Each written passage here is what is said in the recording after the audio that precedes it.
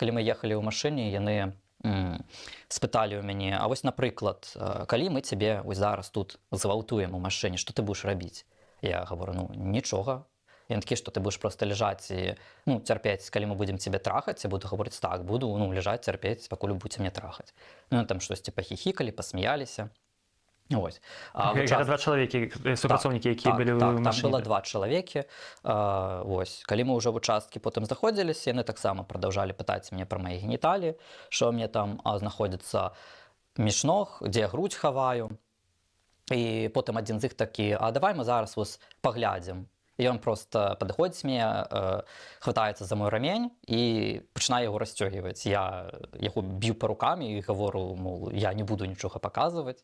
І потым ён ужо проста супакоіўся, адсеў назад, і, ну, больш мяне яксьці не шапалі. Але гэтая, ну, сітуацыя вельмі так шмат, ну, уплывала на мяне ў сэнсе там ментальнага стану, таму што, ну, я думаў, за мяне сцянуць усё-такі там штаны і пачнуць там, не ведаю, штосьці рабіць, што ў іх там у галаве, как бы, ну,